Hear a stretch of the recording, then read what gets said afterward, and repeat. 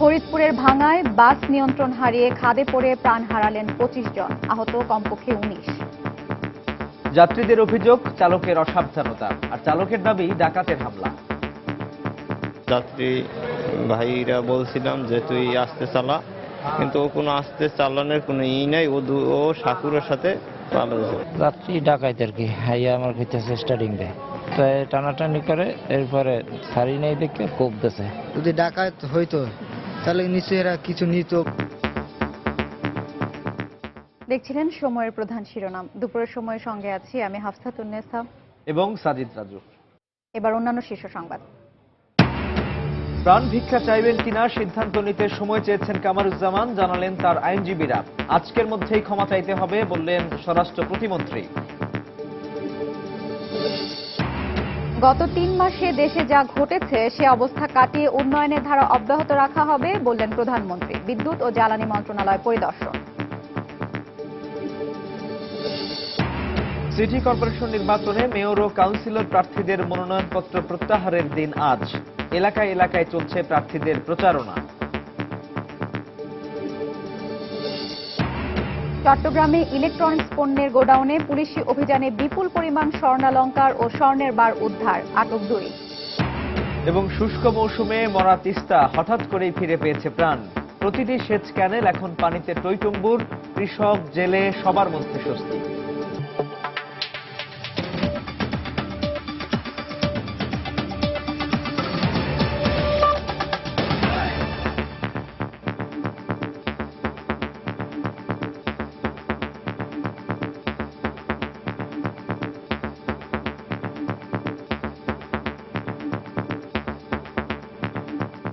ফরিদপুরের মর্মান্তিক সড়ক দুর্ঘটনায় ২৫ জন নিহত হয়েছেন। গতকাল রাত ১টার দিকে ভাঙ্গা উপজেলার ফরিদপুর বরিশাল মহাসড়কের পূর্ব সদরডি এলাকায় নিয়ন্ত্রণ হারিয়ে খাদে পড়ে গেলে এই ভয়াবহ ঘটনা ঘটে। যাত্রীদের অভিযোগ চালকের অসাবধানতার কারণে এই দুর্ঘটনা ঘটেছে। তবে চালকের দাবি যাত্রী বেশে থাকা ডাকাত বাসের নিয়ন্ত্রণ নেওয়ার পরই এ ঘটনা ঘটে। এদিকে ঘটনার তদন্তে জেলা প্রশাসনের পক্ষ থেকে ৫ সদস্যের কমিটি গঠন করা হয়েছে। বরিশালের ফিরদাউস সোহাগ ও ফরিদপুরের সুমন ইসলামের পাঠানো তথ্য ও ছবি নিয়ে ডেস্ক রিপোর্ট। খাদে পড়ে এভাবেই দুমড়ে মুচড়ে গেছে সোনারতরী পরিবহনের এই বাসটি। গতকাল রাতে এ বাসটি ৪৪ জন যাত্রী নিয়ে ঢাকা থেকে কুয়াকাটার উদ্দেশ্যে ছেড়ে যায়। বাসটি ফরিদপুরের ভাঙ্গা উপজেলার পূর্ব সদরদি এলাকায় পৌঁছালে চালক নিয়ন্ত্রণ হারিয়ে ফেলেন। মুহূর্তেই বাসটি রাস্তার পাশের গাছের সঙ্গে ধাক্কা খেয়ে খাদে পড়ে যায়। ঘটনাস্থলেই ৫ নারী ও ১ শিশু সহ ১৯ জনের মৃত্যু হয়। তাৎক্ষণিকভাবে আহত ২৫ জনকে উদ্ধার করে এলাকাবাসী ভাঙ্গা উপজেলা স্বাস্থ্য কমপ্লেক্সে ভর্তি করলে সেখানে আরও ৩ জন মারা যান। পরে আহত ১৯ জনকে ফরিদপুর মেডিকেল কলেজ হাসপাতালে নেওয়া হলে সকালে ৩ জনের মৃত্যু হয়। এদিকে চালকের অসাবধানতাই এই দুর্ঘটনার কারণ বলে জানিয়েছেন বেঁচে যাওয়া যাত্রীরা। দ্রুত যাওয়ার পরে দেখে গাছের সাথে লাগাইয়া গাড়ি অ্যাক্সিডেন্ট হয়েছে, মাঝখানে ২ ভাগ হয়ে গেছে। যাত্রী ভাইরা বলছিলাম যে তুই আস্তে চালা, তারপর ওই সাকুরের লাগে পাল্লা দেয়, এই সময় বাস সাইডে হারাই দিচ্ছে। সম্পূর্ণ আমি নিচে পড়ে গেছি, আমার উপরে ৪-৫ জন লোক করে। তারপর আমার হুশ ছিল, যদি ডাকাত হইতো তাহলে নিশ্চয়ই এরা কিছু নিত বা কোনো অস্ত্র। এই যে মানুষ লোক, শুধু লোকই অ্যাক্সিডেন্ট হয়েছে। বরিশাল শেরি বাংলা মেডিকেল কলেজ হাসপাতালে চিকিৎসাধীন রয়েছেন বাস চালক ও হেলপার। তাদের দাবি যাত্রী বেশি থাকা ডাকাত হামলা করে বাসের নিয়ন্ত্রণ নেয়ার কিছুক্ষণের মধ্যেই এই দুর্ঘটনা ঘটে। সাইডে কুপ দেওয়ার পর ওই ড্রাইভারে স্টাইল ছাড়িয়ে দিয়েছে, পরে ওরা বইয়া মানে অল্প কিছু দূর যাইয়া আর কি গাছ লাগে মারিয়ে দিয়েছে। যাত্রী ডাকাইতে আর কি হাইয়া আমার খেতেছে স্টার্টিং দেয়, রানিং এ গাড়ির স্টার্টিং দিয়ে থাবা দিচ্ছে, তাই টানাটানি করে এরপরে সারি নেই দেখে কোপ দিয়েছে। দস্তাবেজ করে হাতে একটা কোপ দিয়েছে, দেওয়ার পর ফালাই দিয়ে ওরা ওই গাড়ি স্টার্টিং নিয়েছে, নিয়ন্ত্রণ নিয়ে ওরা রাখতে পারে নাই। নিয়ন্ত্রণ নেওয়ার কত ৫-৭ মিনিটের মধ্যে গাড়িটা ডিস্ট্রয় করে দিচ্ছে। যেহেতু দুর্ঘটনা মাল্টিপল ইঞ্জুরি হয়, অনেক সময় যে গ্লাস ভেঙে হতে পারে অথবা জানলার যে কাঁচ টিন অনেক কিছুই থাকে, তারা ওরা করে হয়তো বেরোতে চাচ্ছে, সেখানে হতে পারে। এইভাবে স্পেসিফিক্যালি এখন হোয়েদার ইট ইজ শার্প আর ব্লান্ট উইপন, এইভাবে এখন বলা বেশ ডিফিকাল্ট।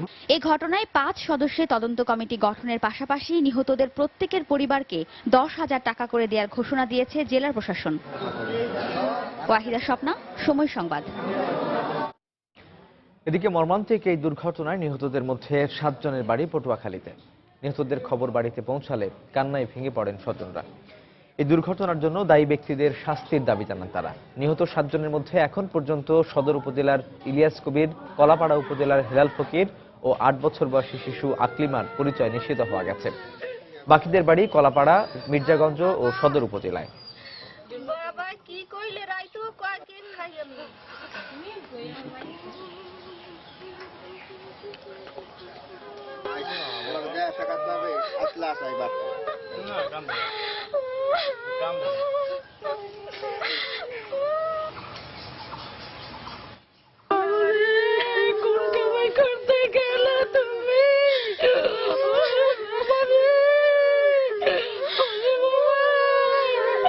আমার মাইয়ে কি কেঁদে রাখুন, আপনারা হেইডে একটু সান্ত্বনা দেন।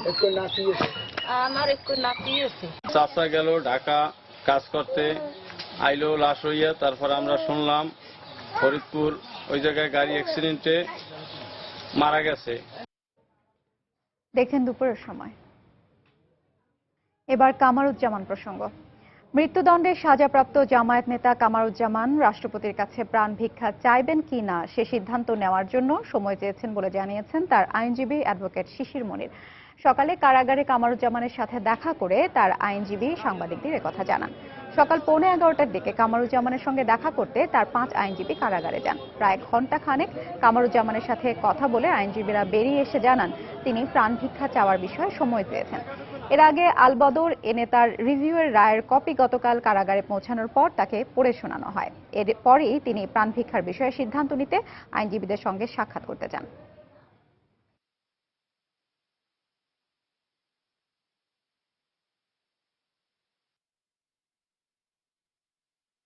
জেল কর্তৃপক্ষ গতকালকে মহামান্য আপিল বিভাগের রায়ের পূর্ণাঙ্গ কপি তাকে পড়ে শুনিয়েছেন। এই বিষয়ে জনাব কামরুজ্জামান এই রায়ের বিষয়ে আমাদের সঙ্গে পরামর্শ করেছেন এবং বিভিন্ন বিষয়ে জানতে চেয়েছেন এবং এই রায়ের যে সমস্ত বিষয়ে ডিসকাস হয়েছে সেই বিষয়গুলো আমাদের ক্লারিফিকেশন উনি নিতে চেয়েছেন। আমরা আমাদের সাধ্যমতো আইনজীবী হিসেবে আমাদের সাধ্যমতো সমস্ত ক্লারিফিকেশন তাকে দেওয়ার চেষ্টা করেছি। উনি আমাদেরকে বলেছেন এর পরবর্তী পদক্ষেপ সম্পর্কে উনি নিজে চিন্তা করবেন, উনি ভাববেন এবং ভেবেচিন্তে পরবর্তী সিদ্ধান্ত উনি গ্রহণ করবেন। এদিকে স্বরাষ্ট্র প্রতিমন্ত্রী আসাদুজ্জামান খান কামাল জানিয়েছেন মৃত্যুদণ্ডপ্রাপ্ত কামারুজ্জামানকে প্রাণ ভিক্ষার বিষয়ে আজকের মধ্যেই সিদ্ধান্ত নিতে হবে। রাষ্ট্রপতির কাছে প্রাণ ভিক্ষা না চাইলে রায়ের নির্দেশনা অনুযায়ী ব্যবস্থা নেওয়া হবে বলেও জানিয়েছেন তিনি। দুপুরে সচিবালয়ে সাংবাদিকদের তিনি একথা বলেন। ভেবে চিন্তে বলুক আর যেইভাবে বলুক, আমরা তার কথাটির জন্য অপেক্ষা করছি এবং তিনি যদি ক্ষমা ভিক্ষা না চান তাহলে যেটা আইন অনুযায়ী করণীয় সেটা আমরা করব। সেটা তো আমাদেরকে আজকেই জানাতে হবে যে চান কিনা। আমাদের কাছে যে নির্দেশ আসছে হাইকোর্টের থেকে সেই নির্দেশ অনুযায়ী আমাদের আইজি প্রিজন কাজ করছেন। শীঘ্রই দেখতে পারবেন যে আমরা নির্দেশনা অনুযায়ী তার যেটা করণীয় সেটা আমরা অবশ্যই করব। এদিকে অ্যাটর্নি জেনারেল মাহবুবে আলম বলেছেন সরকারের সিদ্ধান্তই চূড়ান্ত, তবে প্রাণ ভিক্ষার আবেদন করার জন্য যতটা সময় প্রয়োজন তা দেওয়া উচিত। দুপুরে নিজ কার্যালয়ে তিনি সাংবাদিকদের একথা বলেন। যুদ্ধাপরাধীদের বিচার যেটা হচ্ছে সেটা হলো আমাদের বিশেষ একটা আইনে 1973 সনের আইনে, এবং এই আইনের একটি ধারায় উল্লেখ করা আছে এই দণ্ড কার্যকর করা হবে সরকারের নির্দেশে। কিন্তু যেহেতু এই বিশেষ আইনের ভিতরে উল্লেখ করা আছে যে সরকারি নির্দেশে এটা হবে, এবং যেহেতু এই কথাও এই আইনে বলা আছে যে অন্য আইনে যাই কিছু থাকুক না কেন এই আইনের ধারাগুলি বলবৎ থাকবে। উনি যদি বলেন যে মার্সি পিটিশন আমি করবো আর তার জন্য 7 দিন আমাকে সময় দেওয়া হোক, এটা তো রিজনেবল হলো না। রিজনেবল সময় একটা লোক তার পিটিশনটা লেখার জন্য তার যতখানি সময় দরকার হয় ততখানি। দর্শক, প্রাণ ভিক্ষার বিষয়ে সিদ্ধান্ত জানতে কারাগারে কামারুজ্জামানের সঙ্গে জেলা ম্যাজিস্ট্রেটের দেখা করার কথা রয়েছে। এই মুহূর্তে কেন্দ্রীয় কারাগারের সামনে আছেন আমাদের সহকর্মী ওমর ফারুক। আমরা সেখানকার সবশেষ খবর জানতে চলে যাচ্ছি তার কাছে। ওমর। রাজু, আপনি জানেন যে আজ সকালে কামারুজ্জামানের 5 জন আইনজীবী তার সাথে দেখা করতে গিয়েছিলেন এবং সেই আইনজীবীদের কাছেই কামারুজ্জামান বলেছিলেন যে রাষ্ট্রপতির কাছে তিনি তার ভুল স্বীকার করে ক্ষমা প্রার্থনা করবেন কিনা সেই বিষয়ে তিনি আরো ভাবতে চান। তবে সেই বিষয়ে স্বরাষ্ট্র প্রতিমন্ত্রী এরই মধ্যে জানিয়ে দিয়েছেন যে তারা কামারুজ্জামানকে আর সময় দিতে পারছেন না, যা বলার আজই বলতে হবে এবং সেই বক্তব্যটি জানার জন্য জেলা ম্যাজিস্ট্রেট এখানে আসার কথা। তবে এখন পর্যন্ত আমরা জেলা থেকে কোনো ম্যাজিস্ট্রেট ঢাকা কেন্দ্রীয় কারাগারের ভেতরে ঢুকতে দেখিনি। তবে এরই মধ্যে আমি ডিসি অফিসে একজনের সাথে কথা বলেছি। তিনি নাম প্রকাশ না করার শর্তে আমাকে যেটি জানিয়েছেন যে এখন পর্যন্ত আমি কথা বলেছি এখন থেকে 15 মিনিট আগে, তখন তিনি আমাকে জানিয়েছেন যে তখন পর্যন্ত ডিসি অফিস এমন ধরনের কোনো ধরনের নির্দেশনা পাননি। আর সাধারণত এই ধরনের ঘটনায় যে দুজন ম্যাজিস্ট্রেটের একজনকে দায়িত্ব দেওয়া হয় তাদেরকেও এখন পর্যন্ত ডিসি অফিস থেকে কোনো ধরনের ইনস্ট্রাকশন বা কোনো ধরনের নির্দেশনা দেয়া হয়নি। আর এখন আমরা তো সকাল থেকে গণমাধ্যমের কর্মীরা এখানে অবস্থান করছি, আমরাও এখন পর্যন্ত আসলে তাদের কাউকে জেলা ম্যাজিস্ট্রেট বা ডিসি অফিসের কাউকে এখানে ঢুকতে দেখিনি। রাজু, এর পাশাপাশি আপনাকে জানিয়ে দেই যে এখন আসলে যেই কার্যপ্রবাহ দেখা যাচ্ছে, যেই প্রসিডিউর দেখা যাচ্ছে তাতে স্পষ্টই যে সরকার আসলে কারা বিধি নয় বরং ট্রাইব্যুনাল অ্যাক্ট অনুযায়ী যেই নিয়ম রয়েছে সেই নিয়ম অনুযায়ী সরকার এগুতে চাইছে এবং কামারুজ্জামানকে রায় পড়ে শোনানোর পর যেহেতু কামারুজ্জামান এখন পর্যন্ত তার মতামত দেননি, সুতরাং কামারুজ্জামানের মতামত পাওয়ার সাথে সাথেই আসলে পরবর্তী যেই কার্যক্রমগুলো স্বরাষ্ট্র মন্ত্রণালয় দিনক্ষণ ঠিক করবে এবং স্বরাষ্ট্র মন্ত্রণালয় দিনক্ষণ ঠিক করে দিলে কারা কর্তৃপক্ষ কামারুজ্জামানকে সেই বিষয়টি আবারও জানাবে এবং কামারুজ্জামানকে সেই বিষয়টি জানানোর পরে এরপরে যে আনুষ্ঠানিকতা আছে অর্থাৎ কামারুজ্জামানকে ধর্মীয় মোতাবেক তিনি যদি তওবা করতে যান, নামাজ পড়তে চান এবং অন্যান্য যেসব বিষয় আশয় আছে সেগুলো সমাপ্ত করা হবে। এই ছিল এখন পর্যন্ত আমার হাতে সবশেষ। সহকর্মী ওমর ফারুক কামারুজ্জামানের প্রাণ ভিক্ষার বিষয় জানাচ্ছিলেন কেন্দ্রীয় কারাগারের সামনে থেকে। এদিকে কামারুজ্জামানের ফাঁসির রায় কার্যকরে আর কোনো বাধা থাকার কথা নয় বলে মন্তব্য করেছেন পাবলিক প্রসিকিউটর হায়দার আলী। এদিকে সাবেক আইনমন্ত্রী সাংবাদিকদের জানিয়েছেন প্রাণ ভিক্ষার জন্য তাকে পর্যাপ্ত সময় দিতে সরকার বাধ্য নয়, কয়েক ঘন্টা সময়ই যথেষ্ট। দুপুরে কামারুজ্জামানের প্রাণ ভিক্ষার বিষয়ে নিজ নিজ চেম্বারে সাংবাদিকদের এসব কথা জানান তারা। যখন ওনাকে জিজ্ঞেস করা হয়েছে that is the time to answer, ওই সময় ওনার উত্তর দেওয়াটা এই ব্যাপারে বাঞ্ছনীয় ছিল এবং এই উত্তরটা না দিয়ে এটা না দেওয়াটাই আইনের বহির্ভূত হয়েছে। কোনো বাধ্যবাধকতা আছে বলে আমি মনে করি না। এখানে আইনজীবীদের সাথে পরামর্শ করা এটারও কোনো প্রয়োজন নেই। না, প্রাণভিক্ষা চাওয়ার কোনো সুযোগ নাই। যেই মুহূর্তে বলবে যে আপনি প্রাণভিক্ষা চাইবেন কিনা তাকে নিজে সিদ্ধান্ত নিতে হবে। এটা আইনজীবীর সাথে পরামর্শ করার বা কোনো কারোর সাথে পরামর্শ করার কোনো সুযোগ নাই। আমার মনে হয় যে উপযুক্ত পদক্ষেপ নেবে যাতে করে কোনো অবস্থাতে এটার বিলম্বিত না হয়। দুপুরের সময় আরো থাকছে। নিরাপদ হওয়ায় দিন দিন জনপ্রিয়তা বাড়ছে মোবাইল ব্যাংকিং এর। বহু লোক ব্যাংকিং সেবার আওতায় আসায় এই প্রকল্পকে সবচেয়ে সফল বলছে কেন্দ্রীয় ব্যাংক। তাই তো সবাই বলে শিল্পাল্লার দিন শেষ, মেগা ডিজিটাল স্কেলে বাংলাদেশ। গত 3 মাসে দেশে যে নৈরাজ্য ঘটেছে তা কাটিয়ে উন্নয়নের ধারা অব্যাহত রাখা হবে বলে আশা প্রকাশ করেছেন প্রধানমন্ত্রী শেখ হাসিনা।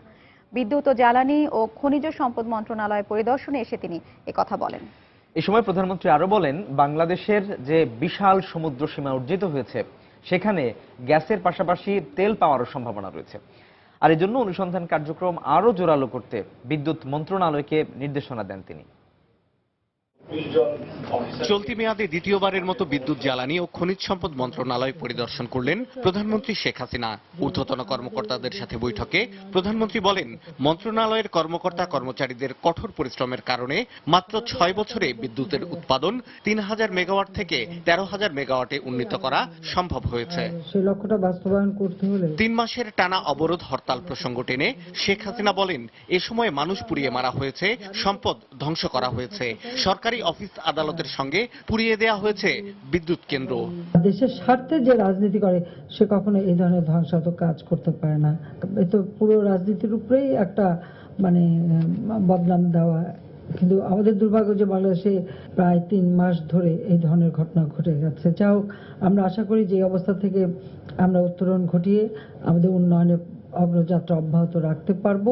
বঙ্গোপসাগরে যে নতুন সমুদ্র সীমার অধিকার পাওয়া গেছে সেখানে অনুসন্ধান আরো জোরদার করতে জ্বালানি ও খনিজ সম্পদ মন্ত্রণালয়কে তাগিদ দেন প্রধানমন্ত্রী। আমরা আশা করি যে আমরা বাংলাদেশে যেমন গ্যাস পাচ্ছি, আমরা হয়তো তেলও পাবো, কিন্তু সেগুলি সার্ভে করা, সেগুলি উত্তোলনের ব্যবস্থা করা, সেগুলি আমাদের করতে হবে। এই বিষয়টার দিকে আমাদের আর একটু যত্নবান হতে হবে, আর একটু নজর দিতে হবে যে আমাদের সমুদ্র বিজয়ের পরে গ্যাস ব্লকগুলি আগে এগুলি নিয়ে একটু ছিল যে আমাদের নিরবিচ্ছিন্নভাবে বাংলাদেশের ভাগে কতটুকু এটা নির্দিষ্ট ছিল না, এখন সেটা নির্দিষ্ট হবার সুযোগ হয়ে গেছে। বৈঠকে গ্রাম পর্যায়ে বিদ্যুৎ সরবরাহ বাড়াতে সংশ্লিষ্টদের পরামর্শ দেন প্রধানমন্ত্রী। বলেন, গ্রামে বিদ্যুৎ সরবরাহ বাড়লে তৈরি হবে শিল্প প্রতিষ্ঠান, মানুষের কর্মসংস্থান হবে, আর শক্তিশালী হবে দেশের সামগ্রিক অর্থনীতি। শাহ আলী জয়, সময় সংবাদ, ঢাকা। দর্শক, আপনারা আগেই জেনেছেন ফরিদপুরের ভাঙ্গায় যাত্রীবাহী একটি বাস নিয়ন্ত্রণ হারিয়ে খাদে পড়ে 25 জন নিহত হয়েছেন। এই ঘটনায় আহত হয়েছেন 19 জন। এই মুহূর্তে ভাঙ্গা হাইওয়ে থানায় নিহতদের লাশ স্বজনদের কাছে হস্তান্তর করা হচ্ছে। সেখানে আছেন আমাদের রিপোর্টার তানিন মেহেদি। আমরা সরাসরি চলে যাচ্ছি সেখানে। তানিন। হাফসা, এই মুহূর্তে ভাঙ্গা হাইওয়ে থানা, সেই হাইওয়ে থানার সামনে থেকে 19 জনের মরদেহ তাদের পরিবারের সদস্যদের কাছে হস্তান্তর করা হয়েছে এবং এখন এই মুহূর্তে হাইওয়ে থানার সামনে 2 জনের মরদেহ রয়েছে। তবে হাইওয়ে পুলিশ যেটি জানিয়েছে যে 2 জনের মরদেহের পরিচয় এখন পর্যন্ত নিশ্চিত হওয়া যায়নি এবং নিশ্চিত হওয়া না যাওয়ার কারণে কিন্তু তাদের মরদেহ এখন পর্যন্ত হস্তান্তর করা সম্ভব হয়নি এবং বাকি যাদের মরদেহ হস্তান্তর করা হয়েছে তাদের মরদেহ কিন্তু কিছুক্ষণ আগেই যাদের পরিবারের সদস্যরা রয়েছেন তাদের কাছে পাঠিয়ে দেওয়া হয়েছে এবং বিশেষ করে এদের অধিকাংশই মূলত পটুয়াখালী যাদের বাড়ি এবং এর মধ্যে 2 জনের বাড়ি রয়েছে বরিশালে। হাফসা, জানিয়ে রাখছি যে যারা আহত হয়েছিলেন তাদের মধ্যে 11 জন কিন্তু এখন পর্যন্ত ফরিদপুর যে সদর মেডিকেল কলেজ হাসপাতাল রয়েছে, ফরিদপুর মেডিকেল কলেজ হাসপাতালে তারা চিকিৎসা নিচ্ছেন এবং ফরিদপুর মেডিকেল কলেজ হাসপাতালে যারা চিকিৎসাধীন রয়েছেন তাদের শারীরিক অবস্থা সম্পর্কে জানার জন্য সেখানকার যিনি চিকিৎসক রয়েছেন হাসপাতালে তাদের সঙ্গে আমরা কথা বলেছিলাম। তারা যেটি বলেছেন যে সেখানে চিকিৎসাধীন 11 জন যারা রয়েছেন তাদের অবস্থা অনেকটাই ভালো বলে তারা আমাদেরকে জানিয়েছেন। তো আসলে এই মুহূর্তে যেহেতু ভাঙ্গা মডেল যে হাইওয়ে থানার সামনে থেকে যেখান থেকে মূলত মরদেহগুলো হস্তান্তর করা হচ্ছে সেই কারণে এখানের আশপাশে কিন্তু স্বজন যারা রয়েছেন তাদের বেশ কিছু ভিড় আমরা দেখেছিলাম। তবে যেহেতু 19 জনের মরদেহ ইতিমধ্যে হস্তান্তর করা হয়ে গিয়েছে সে কারণে ভিড়টা এখন কিছুটা কম রয়েছে। আর যে 2 জনের মরদেহ এখন পর্যন্ত হস্তান্তর করা হয়নি তাদের পরিচয় শনাক্ত হলে তাদের মরদেহ স্বজনদেরকে হস্তান্তর করা হবে। তো হাফসা, এখন পর্যন্ত আমার কাছে ছিল সবশেষ খবর। হাফসা। তানিন, আপনাকে ধন্যবাদ। দর্শক, ভাঙ্গা হাইওয়ে থানায় বাস দুর্ঘটনায় নিহতদের লাশ স্বজনদের কাছে হস্তান্তর করা হচ্ছে সে বিষয়ে জানাচ্ছিলেন আমাদের রিপোর্টার তানিন মেহেদি। সিটি কর্পোরেশন নির্বাচনের খবর। ঢাকা উত্তর দক্ষিণ সিটি কর্পোরেশনের মেয়র ও কাউন্সিলর প্রার্থীদের মনোনয়নপত্র প্রত্যাহারের দিন আজ। মেয়র, কাউন্সিলর ও সংরক্ষিত নারী কাউন্সিলর প্রার্থীরা নিজে বা তাদের পক্ষে লিখিতভাবে অনুমোদিত কোনো প্রতিনিধির মাধ্যমে প্রার্থিতা প্রত্যাহারের আবেদন করতে পারবেন। এদিকে সিটি নির্বাচনে ঢাকা উত্তরে বিএনপি নেতা আব্দুল আওয়াল মিন্টুর মনোনয়নপত্র বাতিলের সিদ্ধান্ত বহাল রেখেছেন সুপ্রিম কোর্ট। চূড়ান্ত তালিকা প্রকাশের পর আগামীকাল প্রার্থীদের প্রতীক বরাদ্দ দেবেন সংশ্লিষ্ট রিটার্নিং কর্মকর্তারা। এদিকে নির্বাচনী প্রচারণা ও জনসংযোগ করছেন ঢাকা উত্তর ও দক্ষিণ সিটি কর্পোরেশন নির্বাচনের মেয়র ও কাউন্সিলর প্রার্থীরা।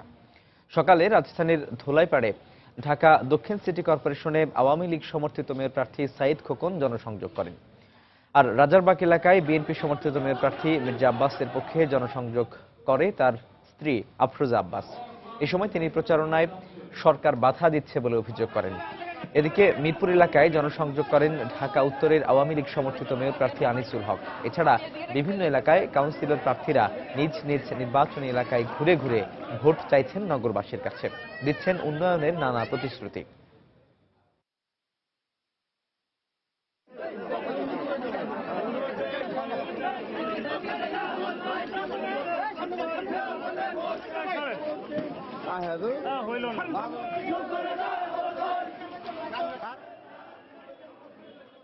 এখনো কিন্তু সরকার একটা ভীতিকর পরিবেশ সৃষ্টি করে রেখেছে, কারণ কালকে যে আমরা ক্যাম্পেইনে বের হয়েছিলাম প্রচুর সাড়া পেয়েছি, মানে চিন্তা করা যায় না। কিন্তু আমার ক্যাম্পেইন শেষ হওয়ার পর ওখান থেকে যখন চলে আসে তখন কিন্তু আমাদের কয়েকটা ছেলেকে ধরে নিয়ে গেছে এবং ছাত্রলীগের ছেলেরা আমাদের ছাত্র দলের ছেলেদের হামলা করেছে। আমার মনে হয় যদি সুষ্ঠু, অবাধ এবং নিরপেক্ষ নির্বাচন হয়, ইনশাআল্লাহ ব্যালটের মাধ্যমে জনগণ জবাব দিবে জনগণ কার পক্ষে আছে। জননেত্রী শেখ হাসিনার এই প্রয়াসের সঙ্গে দল মত নির্বিশেষে ঢাকাবাসী আমরা সবাই এই প্রয়াসের সঙ্গে যুক্ত হতে চাই। আর সেই জন্যে আমাদেরকে আগামী 28শে এপ্রিল যদি আপনারা সমর্থন দেন, আপনারা দোয়া দেন, আমাদেরকে ভোট দেন, ইনশাআল্লাহ ঢাকাকে একটি বাসযোগ্য নগরী হিসাবে আগামী প্রজন্মের কাছে ইনশাআল্লাহ তুলে দেওয়ার চেষ্টা করব। এদিকে চট্টগ্রামে আওয়ামী লীগ সমর্থিত মেয়র প্রার্থী আজম নাসির উদ্দিন আজও নির্বাচনী প্রচারণা চালাচ্ছেন। সকাল থেকেই শহরের বাইরে সিটি কর্পোরেশনের আওতাধীন বিভিন্ন এলাকায় নির্বাচনী প্রচারণায় অংশ নেন তিনি। জালালাবাদ, ফতেহাবাদ, ছড়ারকুল, চৌধুরীহাট সহ বিভিন্ন এলাকায় নির্বাচনী প্রচারণা এবং পথসভা করেন আজম নাসির।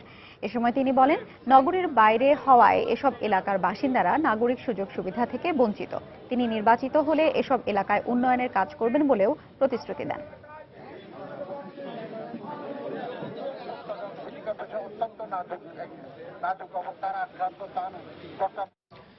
শুষ্ক মৌসুমে মরা তিস্তা হঠাৎ করে যেন প্রাণ ফিরে পেয়েছে, আর এতে কৃষক, জেলে সবার মধ্যে ফিরে এসেছে স্বস্তি। প্রতি বছরই এই সময় পানির জন্য হাহাকার করেন কৃষকরা, কিন্তু এবার অবিশ্বাস্যভাবে হঠাৎ করেই সে অবস্থা বদলে গেছে। আকস্মিক উজানের ঢলে তিস্তা নদীতে এখন চাহিদার চেয়েও বেশি পানি। প্রতিটি সেচ ক্যানেল পানিতে টইটুম্বুর হওয়ায় এলাকার সবাই দারুণ খুশি। নীলফামারীর তিস্তা ব্যারেজ এলাকা ঘুরে এসে তারিকুল ইসলামের ক্যামেরায় বিস্তারিত জানাচ্ছেন মানিক সরকার। গত শনিবার রাত থেকে হঠাৎ করে ভারতীয় উজানের ঢল বৃদ্ধি পায়। নীলফামারীর ডালিয়া এবং লালমনিরহাটের হাতীবান্ধায় সেচ প্রকল্প তিস্তা ব্যারেজ এলাকায় চাহিদার চেয়েও এখন অনেক বেশি পানি সরবরাহ হচ্ছে।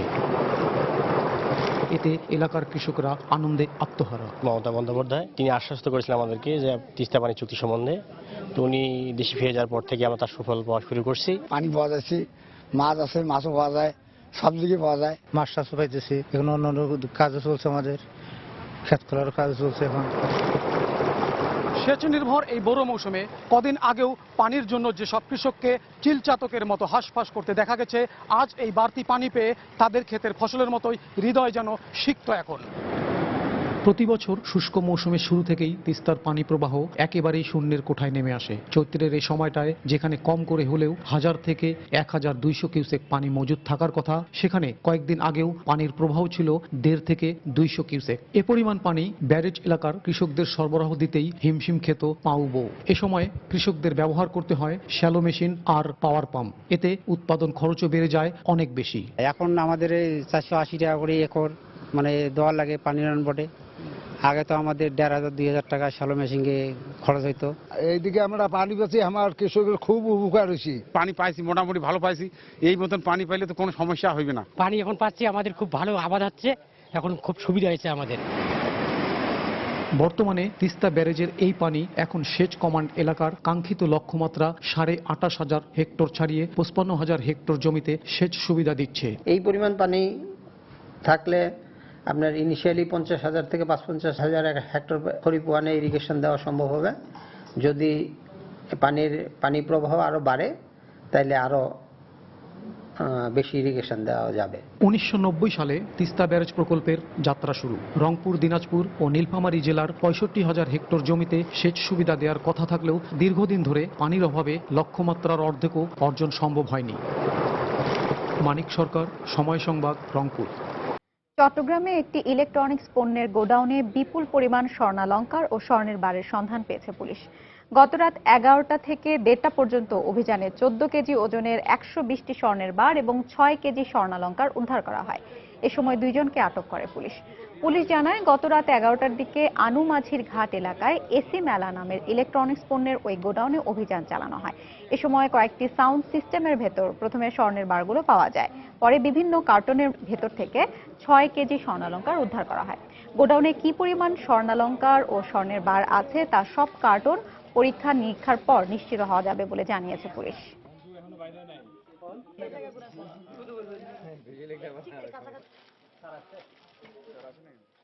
আমাদের ব্যাগেজ আসতো, ওগুলো ডেলিভারি দিতাম, এগুলো আর বেশি কিছু জানি না। কারা আনতো এগুলো আমাদের পোর্ট দিয়ে আসতো, বাইরে থেকে মালিক আনতো আর কি। এই এক চালানটা হয়তো ধরা পড়লো, আরো হয়তো কত চালান এইভাবে পার হয়ে গেছে। যে পথে এগুলো পাচার করা হচ্ছিল, যদি সেগুলো সঠিক পথে এসে থাকে এবং সঠিক ব্যবসার যদি স্বর্ণ হয়, তাহলে তো নিশ্চয়ই এইভাবে আসার কথা না। অবশ্যই এটা সাধারণ মানুষের কারবার না। তো ফলে কারা জড়িত আছে আমরা তদন্ত সাপেক্ষে এটা বের করতে পারবো। দেশে দিন দিনই জনপ্রিয় হচ্ছে মোবাইল ব্যাংকিং সেবা, বাড়ছে ব্যবসার প্রসারও। প্রতিদিন এই মাধ্যমে লেনদেন হচ্ছে গড়ে প্রায় 400 কোটি টাকা। বিশেষ করে গত কয়েক মাসের রাজনৈতিক অস্থিরতার মধ্যে অনেক গ্রাহকই অর্থ লেনদেনের নিরাপদ মাধ্যম হিসেবে বেছে নিয়েছেন মোবাইল ব্যাংকিং। বিস্তারিত ইমতিয়াজ আহমেদের রিপোর্টে। 2011 সালে মোবাইল ফোনের মাধ্যমে দেশে শুরু হয় মোবাইল ব্যাংকিং নামে এক নতুন সেবা। মাত্র কয়েক বছরে যা ব্যাপক জনপ্রিয়তা পায় সারা দেশে। আর এ মুহূর্তে দেশের মোট জনসংখ্যার প্রায় 15%ই টাকা পাঠানোর নির্ভরযোগ্য পথ হিসেবে বেছে নিয়েছেন মোবাইল ব্যাংকিংকে। টাকাটা এই সময় রাখলে নিজের জীবনের যেমন নিরাপত্তা নাই, তারপরও টাকাটা যে আমি বাড়ি পর্যন্ত পৌঁছাবো এটারও কোনো নিরাপত্তা নেই। আর আমি এখানে মোবাইল ব্যাংকিং করার মাধ্যমে আমি টাকাটা দিলাম, সেও আমার ঘরে টাকাটা পৌঁছে যাবে। তবে রাজনৈতিক অস্থিরতার কারণে অন্য সময়ের তুলনায় গত 3 মাসে মোবাইল ব্যাংকিং ব্যবহার করে টাকা পাঠানোর পরিমাণ অনেক বেশি বেড়ে গেছে বলে জানালেন মোবাইল ব্যাংকিং এর এই এজেন্ট। ব্যাংকিং খাত থেকে মানুষ এখন মোবাইল ট্রানজাকশনটা বেশি ভালো করে। যারা ব্যবসা করতেছে তারা করতেছে, যারা চাকরি করতেছে তারা পাঠাচ্ছে, সবাই করতেছে মোটামুটি।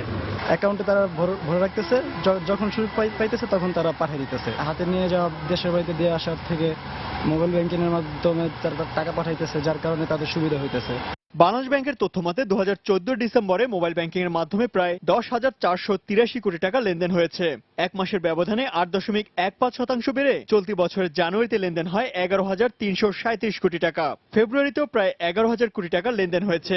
মোবাইল ব্যাংকিং সেবা খাতের এমন পরিসংখ্যানে তাই সফলতার মাপকাঠিতে এই প্রকল্পকে সবচেয়ে এগিয়ে রাখছে বাংলাদেশ ব্যাংক। আমাদের সেন্ট্রাল ব্যাংকের একটা প্রতিশ্রুতি আছে যে আগামী 5 বছরের মধ্যে বাংলাদেশের সকল মানুষকে আমরা ব্যাংকিং সেবার আওতায় নিয়ে আসবো।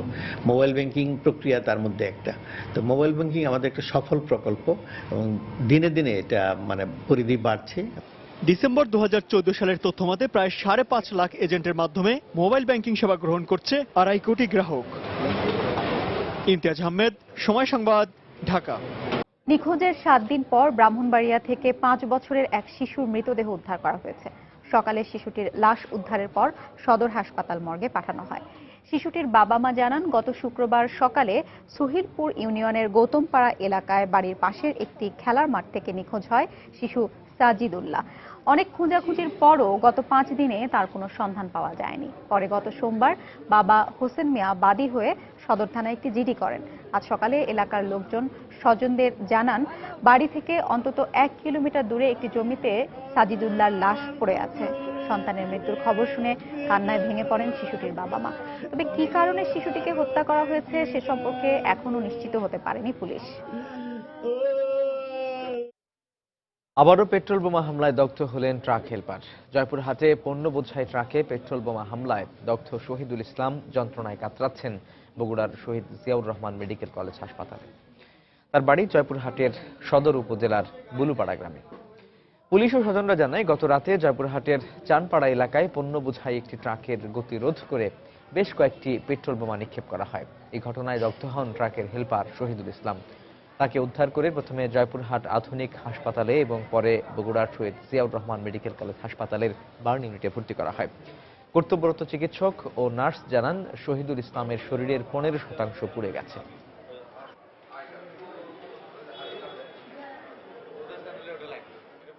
আমার স্বামী যদি একদিন না কামাই করে তাহলে আমাদের সংসার চলে না। আমার এক ছেলে এক মেয়ে, তারা লেখাপড়া করবে কিভাবে?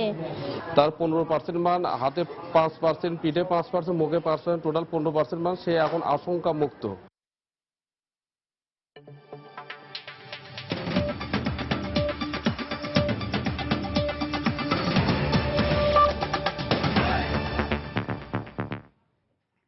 ইয়েমেনে হাউথি বিদ্রোহীদের দমনে আন্তর্জাতিক জোটের বিমান হামলায় একটি স্কুলে কমপক্ষে 6 শিশু নিহত হয়েছে।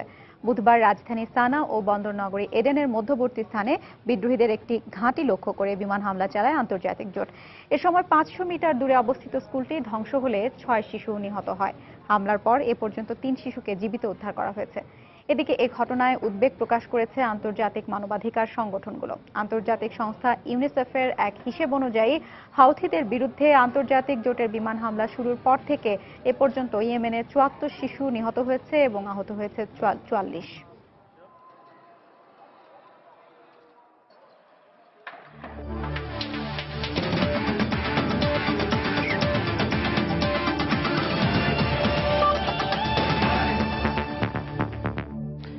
লা লিগার খবর, বার্সেলোনার জয়যাত্রা যেন থামছেই না।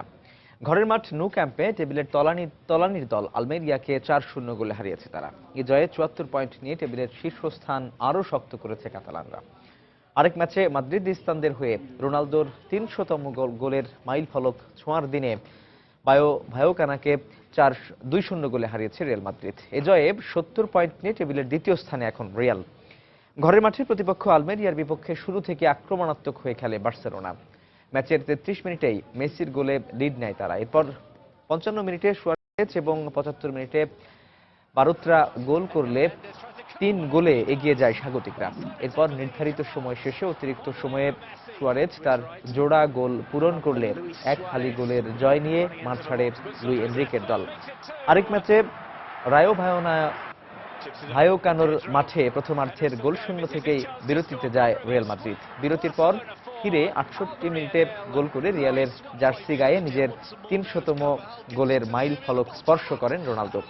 এরপর 73 মিনিটে রদ্রিগেজ ব্যবধান বাড়ালে জয় নিয়ে মাঠ ছাড়ে কার্লো অ্যানচেলত্তির শিষ্যরা।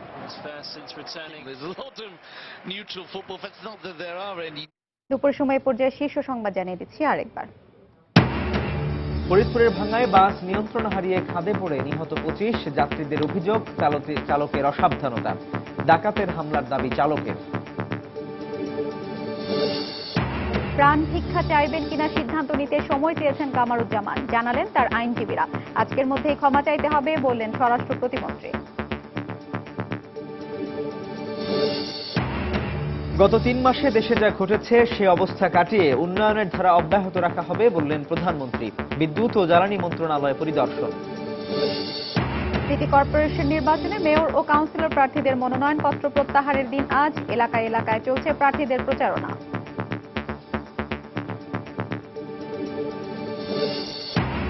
এবং শুষ্ক মৌসুমে মরা তিস্তা হঠাৎ করে ফিরে পেয়েছে প্রাণ। প্রতিটি সেচ ক্যানেল এখন পানিতে টইটম্বুর। কৃষক জেলে সবার মধ্যে স্বস্তি। এই ছিল দুপুরের সময়। যে কোনো খবর পেতে ভিজিট করুন সময় নিউজ.tv। সঙ্গে থাকুন সময়।